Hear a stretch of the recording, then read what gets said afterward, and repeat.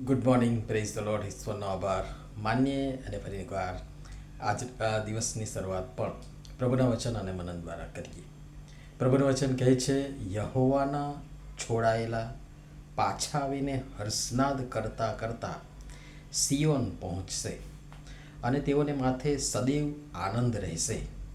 તેઓને હર્ષ તથા આનંદ પ્રાપ્ત થશે ને તેમનો શોક તથા નિશ્વાસ જતા રહેશે. યશાયા પ્રવચકનું પુસ્તક 35મો અધ્યાય 10મી કલમ 1-10 સુધી વાંચવા પ્રયાસ કરશો. આજનો વિચાર ખ્રિસ્તમાં અતિ પ્રિયવાલા મિત્રો, પ્રભુ ઈસુ ખ્રિસ્તના પવિત્ર પાવન નામમાં આપ સર્વને સવારની પ્રેમી સલામ. નાનકડો શાસ્ત્ર ભાગ પણ એટલો સુંદર છે કે ન પૂછો વાત. આ ભાગને આપણે આશાનો માર્ગ, પવિત્રતાનો માર્ગ, અનંત સુખાકારીનો માર્ગ, રાજમાર્ગ, સિયોનનો માર્ગ, પૃથ્વીથી સ્વર્ગનો એક્સપ્રેસ હાઈવે જેવા નામ અથવા તો વિષય આપી શકાય. માર્ગ છે. માર્ગની વાત આવે એટલે મુસાફરી, અને મુસાફરીમાં થાક લાગે, કંટાળો આવે, આળસ પણ આવે, મજા પણ આવે. પ્રભુના આગમન અને તે સમયનો જે ફેરફાર, આશા, આનંદની અહીં રજૂઆત કરી છે એ અકલ્પ્ય છે. શું શું થશે? અરણ્ય તથા સૂકી ભૂમિ હરખાશે, વન આનંદ કરશે ને ગુલાબને પેઠે ખીલશે. તેઓ યહોવાનું ગૌરવ, આપણા દેવનો વૈભવ જોશે. તે પોતે આવીને આપણને તારશે. આંધળાઓની આંખો ઉઘાડવામાં આવશે, બહેરાઓના કાન ઉઘાડવામાં આવશે, લંગડો હરણની પેઠે કૂદશે, મૂંગાની જીભ ગાયન કરશે. કારણ કે અરણ્યમાં પાણી અને વનમાં નાળા ફૂટી નીકળશે. મૃગજળ તે તલાવડી ને તરસી ભૂમિ તે પાણીના ઝરા થઈ જશે, અને ત્યાં રાજમાર્ગ થશે, પવિત્રતાનો માર્ગ, જેમાં થઈને કોઈ અશુદ્ધ જશે નહીં. તે માર્ગ તેના લોકોને માટે થશે. મૂર્ખો પણ તેમાં ભૂલા પડશે નહીં. સિંહ જેવા હિંસક પ્રાણી ત્યાં જોવામાં આવશે નહીં, પણ ઉદ્ધાર પામેલાઓ ત્યાં ચાલશે.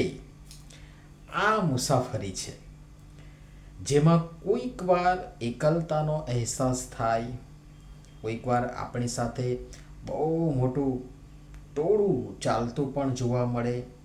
સાથે આ માર્ગમાં કેટલીક કાળજી પણ લેવાની અથવા તો રાખવાની છે. ટોલ ટેક્સ પણ આવશે, જેમ ત્યાગ, સમર્પણ, કશુંક જતું કરવાની વાત. સાથોસાથ જેઓ આપણી સાથે છે તેઓ અથવા તો કેટલાક સંજોગો, સમયોમાં સ્વયં આપણે પણ કદાચ ઢીલા પડીશું, લથડિયા ખાઈશું, થાકી જઈશું, કાયર થઈશું, પડી જઈશું, હિંમત હારી જઈશું, નિરાશ થઈશું, હતાશ થઈશું.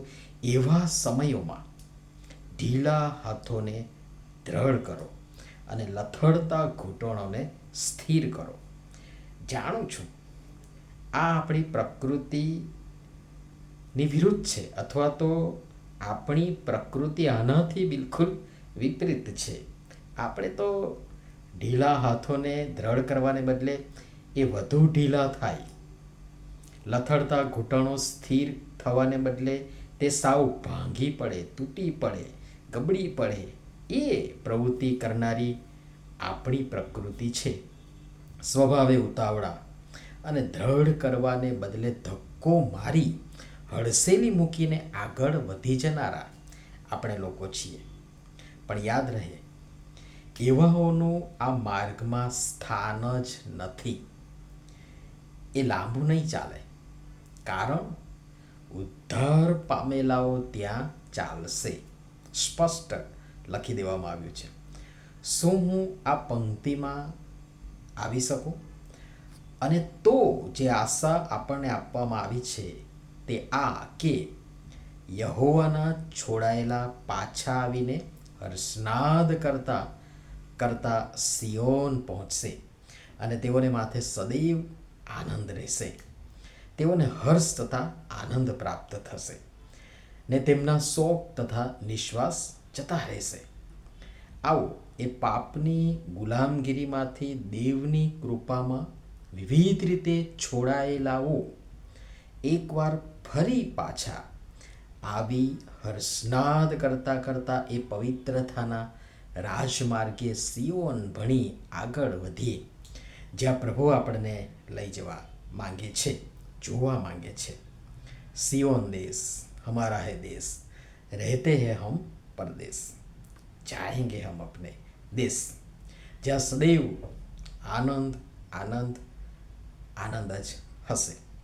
ભજન સંગ્રહમાં એ બહુ સરસ ગીત છે. કેવો થશે આનંદ, આનંદ આનંદ આનંદ, કેવો થશે આનંદ, ત્યાં આવેલો કોઈ ન જાય, જ્યાં હર્ષ તથા આનંદ પ્રાપ્ત થશે, શોક તથા નિશ્વાસ જતા રહેશે. So my loving friends, we have great hope. We are not hopeless. આપણી પાસે મહાન આશા છે, આપણે આશા વગરના નથી. અને માટે then choose better hopeless and or endless hope. Think about it. પ્રભુ એમ કરવા આપણ સર્વની સહાયતા મદદ કરો. નમીએ પ્રાર્થના કરીએ. મહાન અને કૃપાળુ ઈશ્વર, તમે જે અમને આશા આપી છે એ આશામાં ટકી રહેવા, આગળ વધવા કૃપા કરીને અમારી સૌની તમે સહાય તથા મદદ કરો. પ્રભુ ઈસુના નામમાં આમેન. ધન્યવાદ.